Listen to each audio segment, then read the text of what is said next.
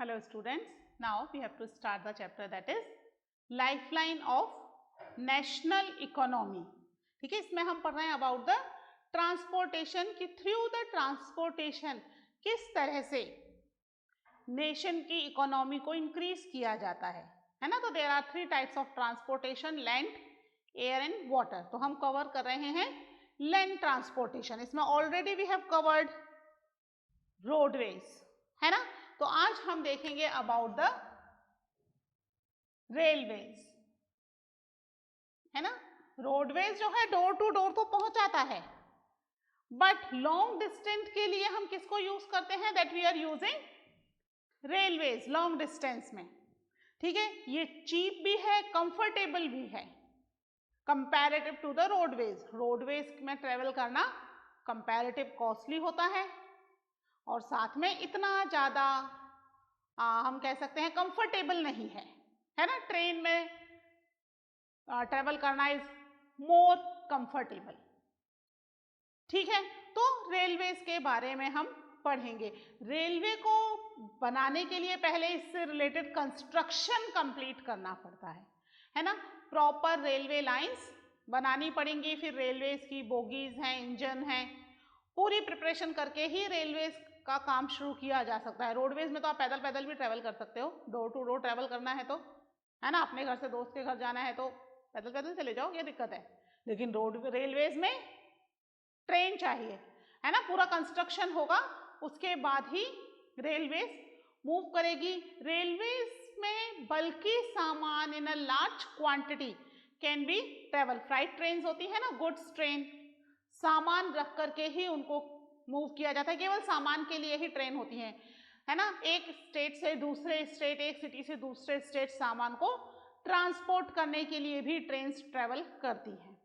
ठीक है, अगर हमें भी अपना कोई हैवी बल्कि सामान ट्रांसपोर्ट करना है फ्रॉम लार्ज डिस्टेंस तो we can use the railways. Comfortably उसमें मूवमेंट हो जाता है।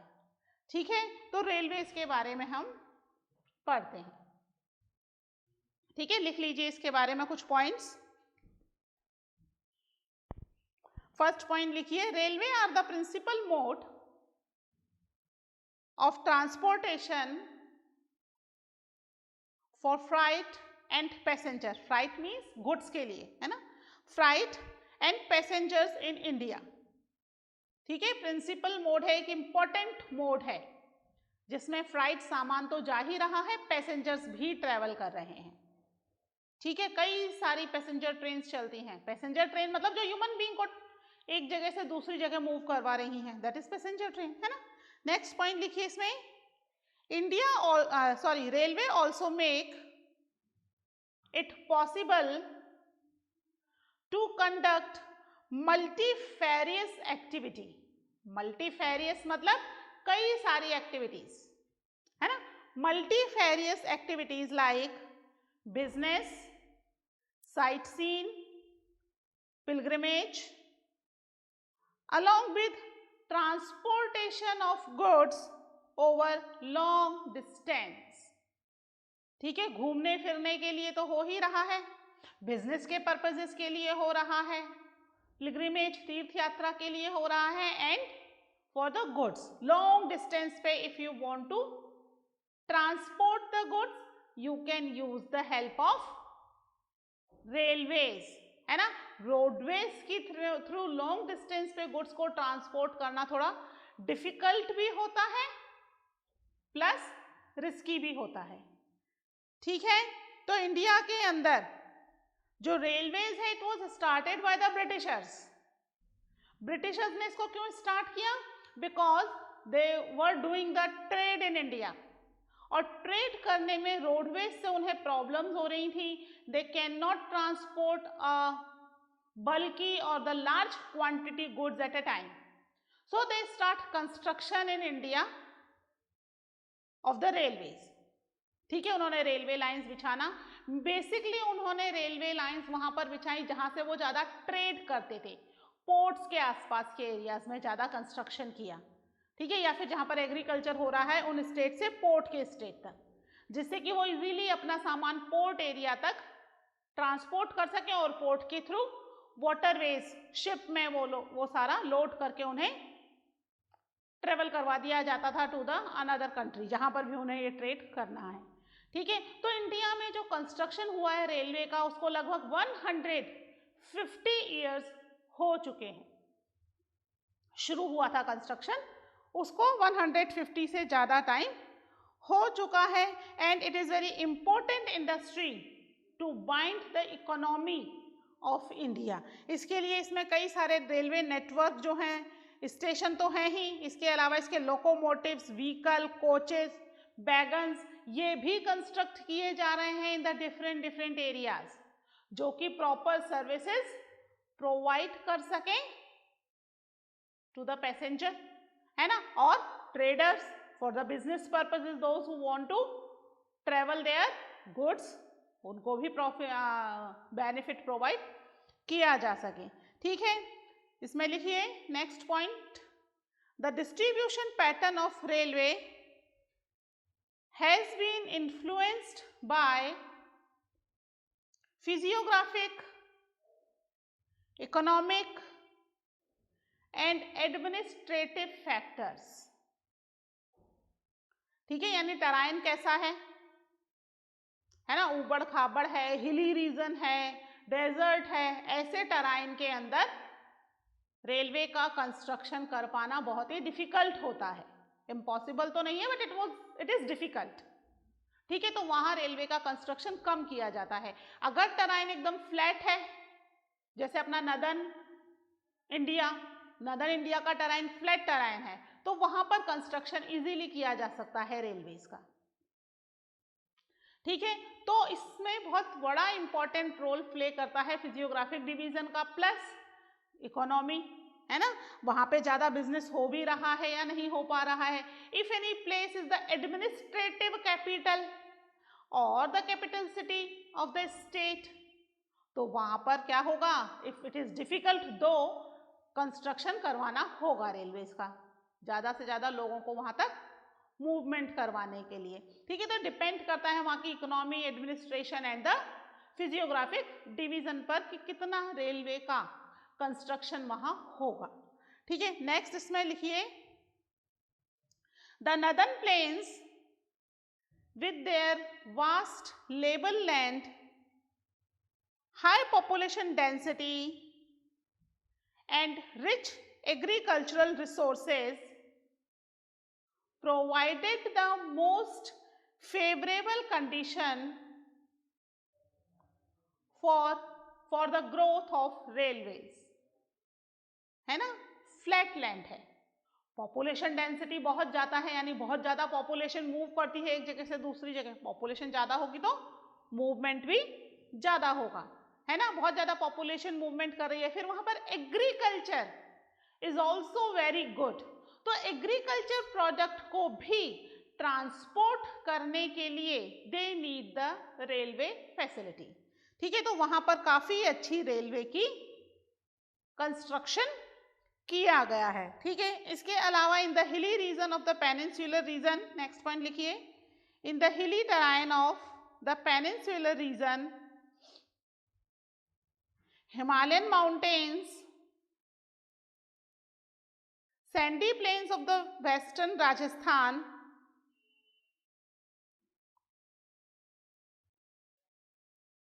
these regions are unfavorable for the construction of railway due to their relief feature, sparse population and lack of economic opportunity.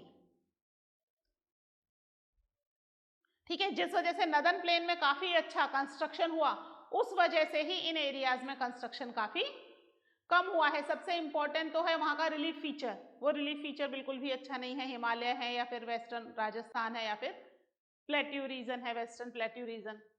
ठीक है, plus economic condition भी वहां की अच्छी नहीं है, अच्छी मीन्स कि बहुत ज्यादा कोई एग्रीकल्चर वगैरह नहीं हो रहा है, मिनरल्स मेटल्स नहीं मिल रहे हैं, तो वहां पर से ज्यादा रेलवे का कंस्ट्रक्शन करवाना डिफिकल्ट है। और डिफिकल्ट है तो वहां पर क्योंकि इकोनॉमिक एक्टिविटीज भी वेरी लेस है, पॉपुलेशन भी कम है, तो वहां पर कंस्ट्रक्शन नहीं करवाया जा पा रहा है किस चीज का, रेलवे का। ठीक है, नेक्स्ट लिखिए इसमें, the development of the Konkan railway along the western coast has facilitated the movement of passenger and goods in the most important economic region of India.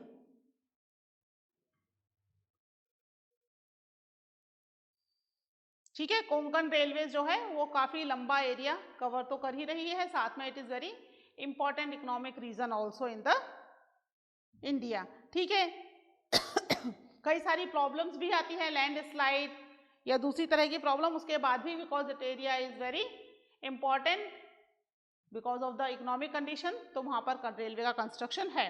फिर रेलवे ट्रांसपोर्टेशन या रेलवे जो है कुछ प्रॉब्लम्स भी फेस करता है। ठीक है, लिख लीजिए, रेलवे ट्रांसपोर्ट सफर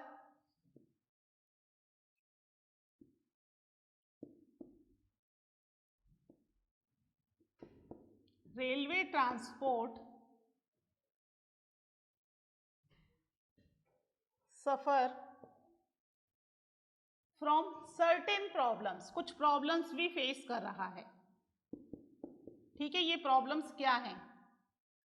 फैसिलिटी तो प्रोवाइड कर रहा है और बहुत ही ज्यादा अच्छी फैसिलिटी प्रोवाइड कर रहा है रेलवे, है ना। बहुत कम किराए में अगर आप रिजर्वेशन करवाते हो तो आप बहुत कंफर्टेबली जाते हो। रिजर्वेशन नहीं करवा सकते for the poor people, those who can not reserve the seat, और बहुत ज़्यादा पैसा भी खर्च नहीं कर सकते, उनके लिए जो है लोकल कोच लगाए जाते हैं and that rent is very less, बहुत कम रेंट होता है उनका। ठीक है, इसके बावजूद काफ़ी सारे लोग इसका बैड बेनिफिट लेने की कोशिश करते हैं, गलत तरीके से यूज करने की कोशिश करते हैं। That's why the railway suffered from the various problems. क्या हैं? लिखिए इसमें, first problems, many passenger travel without tickets. ठीक है, बिना टिकट के ही ट्रेवल कर रहे हैं, जबकि अगर आप जनरल का टिकट लोगे तो that is very less, distance के हिसाब से उसका अमाउंट बहुत लेस है।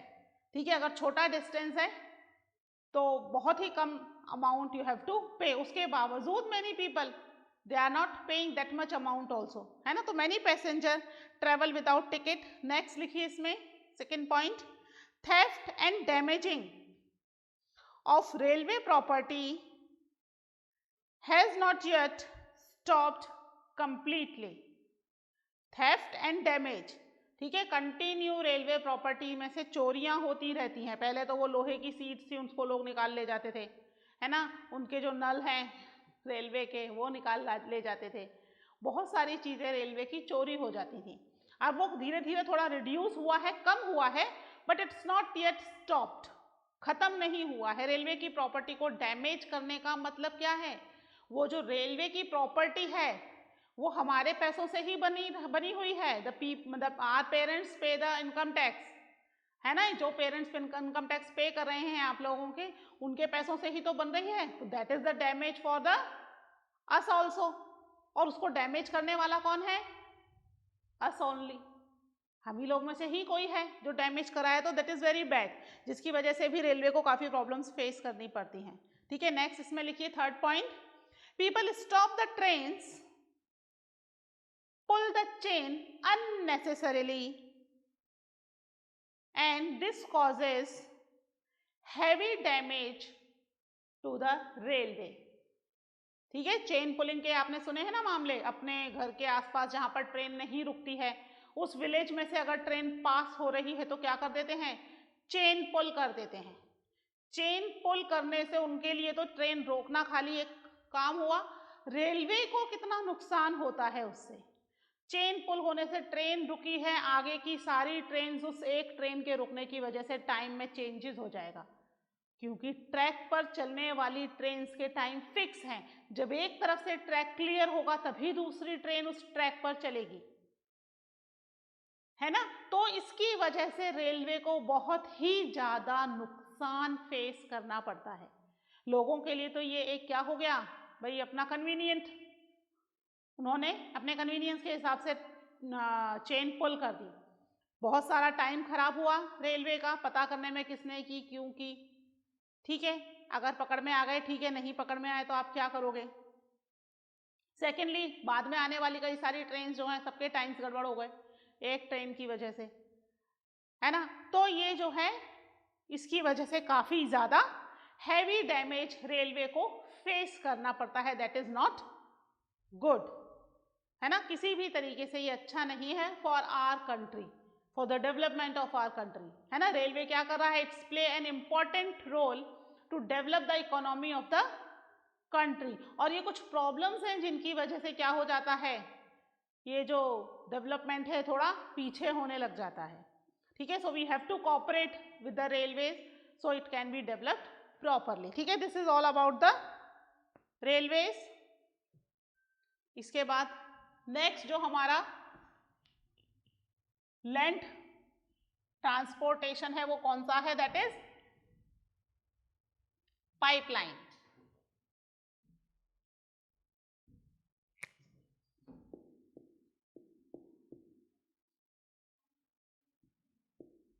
ठीक है, ये एक नए तरह का ट्रांसपोर्टेशन है जो बहुत ज़्यादा पुराना नहीं है, कुछ सालों से ही इसको एग्जिस्टेंस में लाया गया है, स्पेशली इन द इंडिया, है ना। वाटर ट्रांसपोर्ट के लिए तो पाइपलाइंस का यूज़ किया ही जा रहा था काफ़ी सालों से, लेकिन अब गुड्स को ट्रांसपोर्ट करने के लिए भी पाइपलाइंस का यूज़ किया जाना शुरू हो गया है। ठीक है, किस तरीके से, इसमें बहुत ज़्यादा अभी तक पाइपलाइंस नेटवर्क नहीं है, लिमिटेड पाइपलाइन नेटवर्क्स ही हैं। आने वाले टाइम में, फ्यूचर में may be it is more, क्योंकि इससे क्या होगा, कन्वीनियंट रहता है, ज़्यादा परेशानी नहीं होती किसी भी व्यक्ति को, या किसी भी रोड ट्रांसपोर्टेशन की वजह से डिले हो रहा है या रेलवे ट्रांसपोर्टेशन की वजह से डिले हो रहा है, प्रॉब्लम आ रही है, वो सब नहीं होता इसमें। तो फ्यूचर में हो सकता है लार्ज स्केल में शुरू हो जाए, बट अभी ये स्मॉल स्केल में ही चल रहा है, बहुत ज़्यादा नहीं है। ठीक है, इसके बारे में लिख लीजिए। Pipe transport network is a new arrival on the transportation map of India.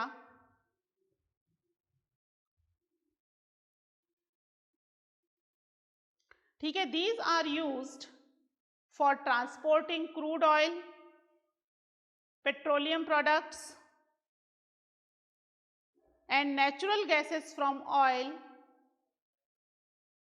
and natural gas field to refinery, fertilizer factory and big thermal power station. ठीक है, अभी तक लिक्विड चीजें, क्रूड ऑयल है, पेट्रोलियम है, नेचुरल गैसेस, लिक्विड चीजों को ये ट्रांसपोर्ट कर रहा था। ठीक है, अब धीरे धीरे इन्होंने सॉलिड को भी ट्रांसपोर्ट करना शुरू किया है। लिखिए इसमें, solid can also be transported through a pipeline when converted into the slurry, है ना। उसको स्लरी में कन्वर्ट करके, छोटे टुकड़ों में कन्वर्ट करके सॉलिड को भी दे कैन ट्रांसपोर्ट। ठीक है, तो अभी ये बहुत ज़्यादा एरियाज में नहीं है। कुछ इंपॉर्टेंट पाइपलाइंस दे रखी हैं जिनके थ्रू प्रोडक्ट ट्रांसपोर्ट किया जा रहा है। लिखिए, there are 3 important network of pipelines. ठीक है, there are 3 important networks of pipeline transportation. First लिखिए, from oil field in upper Assam to Kanpur Uttar Pradesh.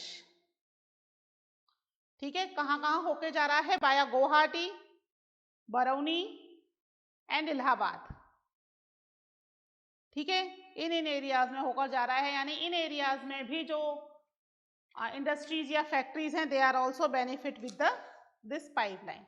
Second लिखिए, from Salaya in Gujarat to Jalandhar in Punjab via Viramgam, Mathura, Delhi and Sonipat. ठीक है, नेक्स्ट देखिए, third, gas pipelines from Hazira, gas pipeline from Hazira in Gujarat connects Jagdishpur in Uttar Pradesh via Bijaypur in Madhya Pradesh. ठीक है, इसकी branch एक राजस्थान कोटा से भी निकल रही है। ठीक है, कुछ कुछ एरियाज को ये कनेक्ट करते हैं और उन एरियाज के अंदर पाइपलाइंस कंस्ट्रक्ट की हुई हैं। ठीक है, जिससे कि क्या किया जा सके, प्रोडक्ट को इजीली एक जगह से दूसरी जगह ट्रांसपोर्ट किया जा सके, और जो सामान है लिक्विड है ना, क्रूड ऑयल है, पेट्रोलियम है, इस तरह का लिक्विड सामान। पेट्रोलियम तो आप देखते हो, हम पेट्रोल पंप पे जाते हैं तो कैसे पाइप से भरता रहता है, तो कोई ट्रांसपोर्ट होकर ट्रक भरकर थोड़ी आ रहा है, it is came through the pipelines, है ना, पाइपलाइन के थ्रू आ रहा है। इस तरह नेचुरल गैसेस जो CNGs वगैरह हैं, इनके स्टेशंस वगैरह देखे हैं ना, वहां पर भी पेट्रोलियम की तरह ही ये, पेट्रोल की तरह ही ये नेचुरल गैस रिफिल होती है। ठीक है, तो CNG, LPGs, जिससे कि क्या हो रहा है, ये सब चीजें किसके थ्रू आ रही हैं, पाइपलाइन के थ्रू आ रही हैं।